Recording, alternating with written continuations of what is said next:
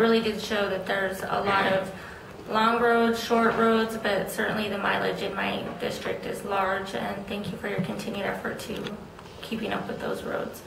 And everything is going smoothly, so I really commend Commissioner Tapia for that recommendation, and I'm anxious to get that training so we can move forward. I don't believe I have anything else under the update. Anything else from the table? No. Okay. Madam Chair. Thank you. We will now go to item number 6. One thing just as under commission update that I'm considering, I'm going to be submitting a memo for consideration to the commission and to the manager's office as the chair, some ideas that I might have to help improve the way our meetings are running as far as, like I said, the Roberts rules earlier, and some possible shifting around of who's able to come and how people provide their updates and so forth to the commission. So I will be preparing that for consideration, and I will submit that prior to the next meeting. Great. Okay. Great. So we will now go to updates. Item number 6. Who would like to provide us with the first update? Tracy?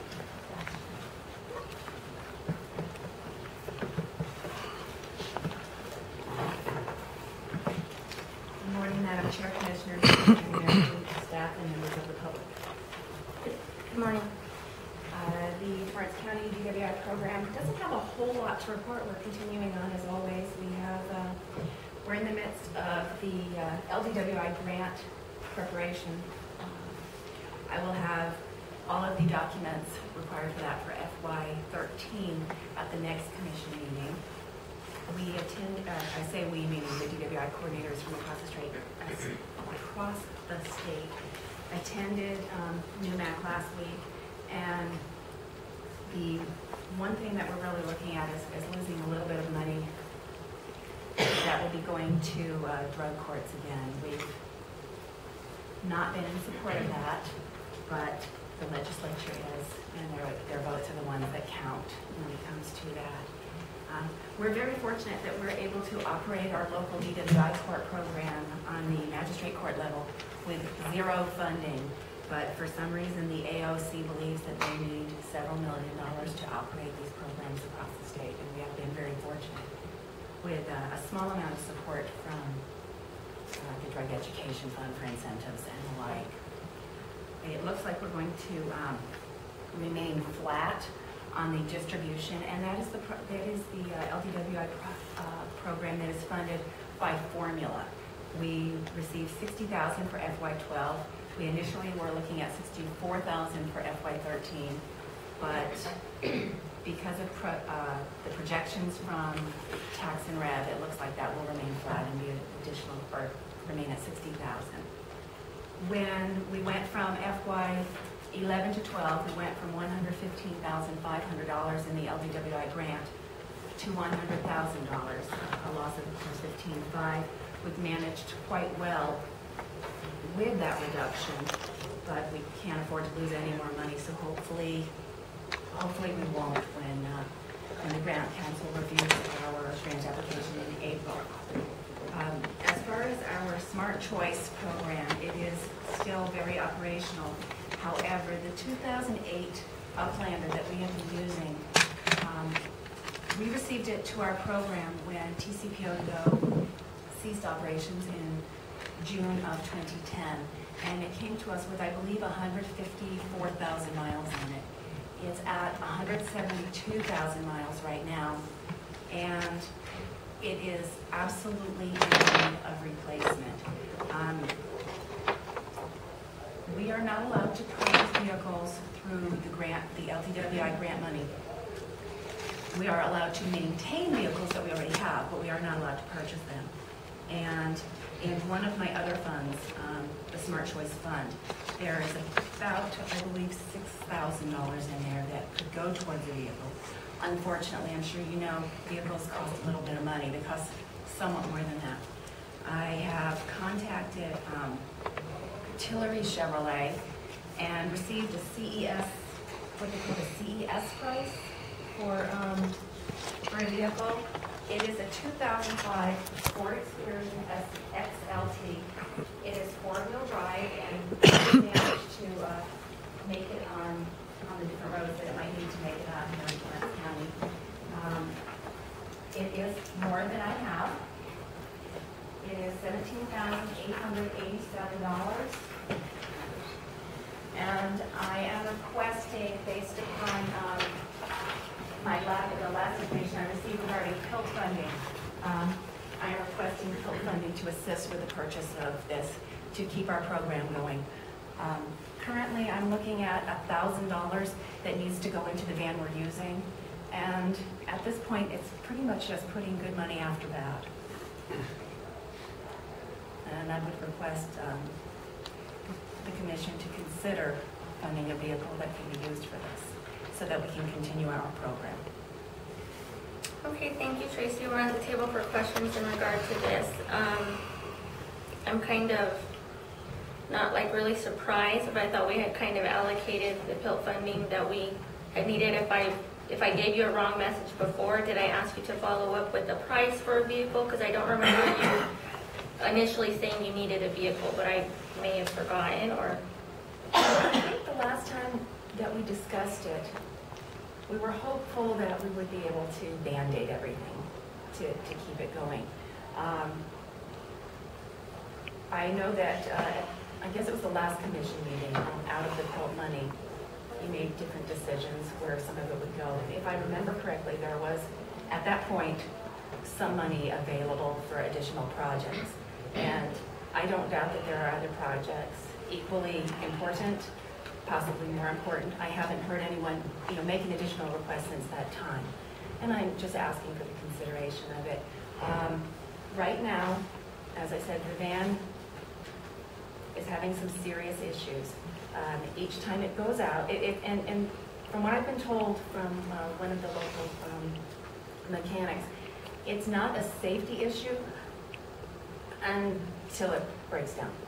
I mean, they've said, you don't have to fix this right now, you don't have to fix that right now, but we're looking at this point, an alignment, which in and of itself isn't a big deal, replacement of the struts. There is a sensor of some sort. It has to do with traction and everything, which they said that replacement might only be a couple $100, unfortunately, to get to it. It's about, it's several hours of labor. We're looking at about $1,000 to $1,200 on this particular repair. We've already replaced the rear shocks. We've already replaced all the tires. It's had a tune-up. It's outlived it's lived a very good life. About 172,000 miles. How many miles? Approximately 172,000. 72,000. Yes, sir. It's a 2008 Uplander. And have you checked with Eugene from Unique Enterprise? No, I know ma'am. he goes to the auctions. I would request to just do a little bit more research and see if we can't maybe get that 7,887 to come down some. Because, we do have another car lot in Jnauary. Oh, I would be happy to do that. The only reason I went directly to Jnauary is I happened to be on the lot dealing with some personal stuff and happened to walk up and down between the vehicles. And then I spoke with Jess, but he said because we have state contract that it might be easier to do business because of the state contract. I have no problem going over to Unique and seeing what is available, if that's all right. so currently, Tracy, you have a van that you use. This is for Yes, ma'am. DWI vehicle. It's mostly for the Smart Choice program. Occasionally, when we have our different events, like the Teen Fest and the Youth Leadership Summit, I will use that because there's a lot more room in that than in the Cobalt to tote all of the water and the sodas and all of the other supplies that we need for those events. So on a monthly basis, how often is it used? It is used on a typical month. It would be used 12 nights because it operates Thursday, Friday, and Saturday evenings. And then 3 to 4 times a year, we might need to use it for our different events when we have the Community Substance Abuse Prevention Forum. because I'll run into Sam's and just load up with all of the food items that we need. So when we're looking at the excursion, how many people does that seat? It seats 9. Currently, we can seat 7. The middle seats kind of drop down a little bit, so you can get 3 people all the way in the back, and then they just flip right back up. I guess I don't see it being like a very good fit, maybe because if they have been drinking and they're intoxicated, they have to go over a seat that's flipped down as opposed to where a van, it seems like it's more like passenger friendly to get on and off. The van that we have right now, in order to get in the back row, they have to go into the door and both side doors slide. So they have to go in the door and then in between the seats to go into the back row. It's not quite as difficult as your basic 2-door where you're reclining in the back seat. There is a little bit more room when the seat is pushed forward. There is no grant funding available for a vehicle. All the other programs in the state have to pay for a vehicle outright, and then your funding is for your salary and for teaching students and adults about safety. Right. DFA will not allow for the purchase of a vehicle. We went through this 3 years ago when the previous vehicle that I was using just decided it was done, and we ended up entering into a lease agreement at that time. And then afterward, it was purchased through the county, and then I continued to lease it from the county. And then I believe that lease expired last June. Does that sound right, Madam County Manager? I think that was about when it ended. And the amount of the lease did repay all of the funding that the county had expended in the vehicle. I don't see them approving a lease for this purpose, however.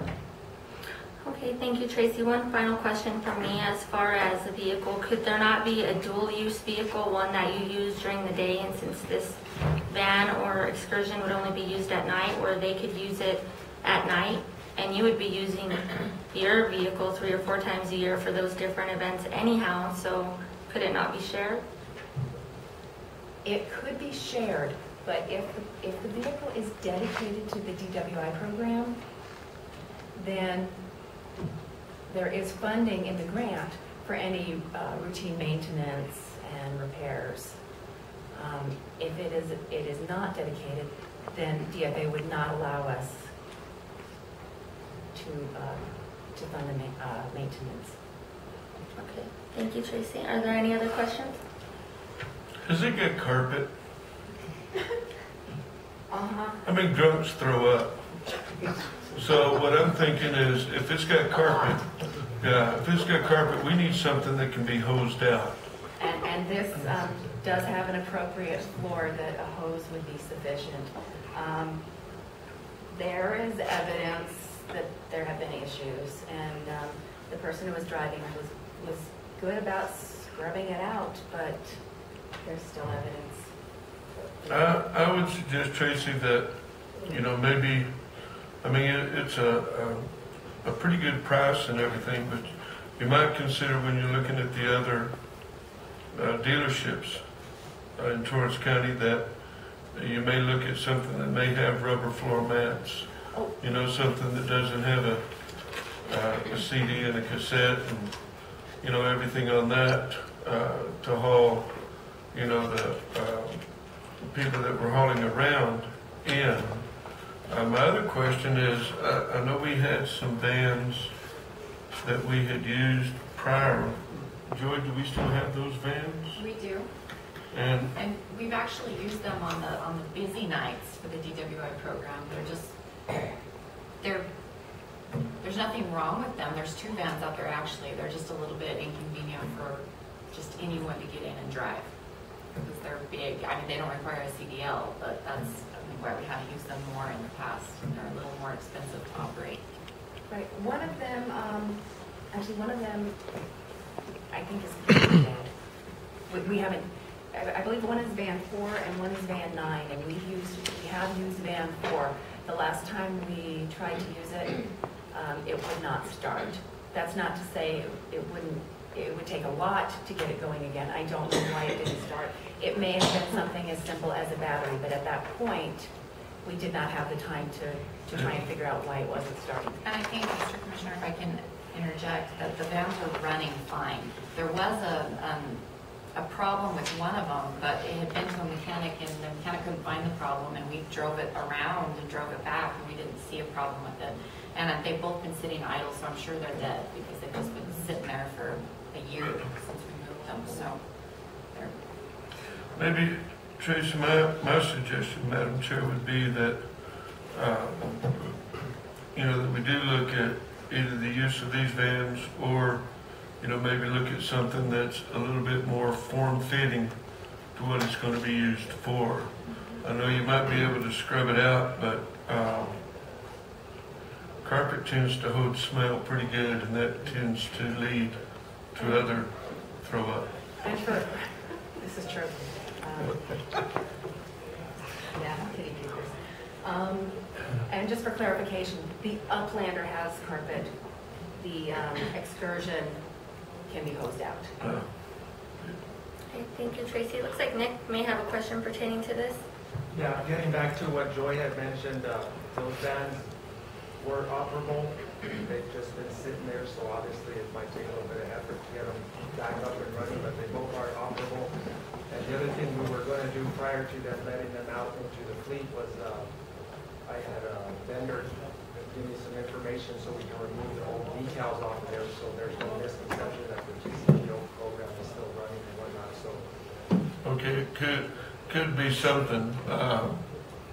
Leonard Martin, the mechanic that we have, would that be somebody that could look into it and see what it would take? Yeah, we've started them before. We're the ones that brought the one from the mechanic shop. We've checked them, and we looked at the one that's supposed to be wrong. We couldn't really find nothing wrong with it. There's little things that can be done to fix them a little better. Okay. But what we're just thinking about now is if those vans, it does take somebody a little bit of experience because it's a bigger thing.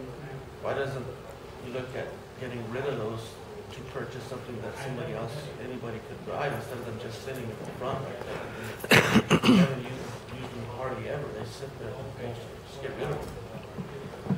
With that money, you could purchase. Joy, is that something we can look into? Okay. Okay, thank you, Tracy. Do you feel like you have good direction? I think we have a lot of options. We just need to explore them, Madam Chair, to get you the best fit. In the interim, the Cobalt is at the ready on the weekends. It's carpet, it has cloth seats, but if it came down to it and it was, an emergency where the driver calls and the van has decided to stop, I'm ready to go out and get it towed back here to the county and just have them use that vehicle for the remainder of the nights. But I didn't want to wait until it happened and then come in and ask for assistance in this. Great. Thank you, Tracy. Thank you very much. In regards to updates, if I could go next really quick, Michelle, as far as the Juvenile Justice Board, just to give a quick update. Just wanted to come back to the commission and say thank you so much for the allocation, for the consideration. We plan on having a meeting to go forward with that. And I know one of the requests may be coming from the Juvenile Justice Board is to request one of those vans to help us possibly bus students from the school to the new location. So that's something that we are considering asking the commission for. So before they get sold, if you could please just maybe write that on the list and hopefully consider it. Okay, Michelle?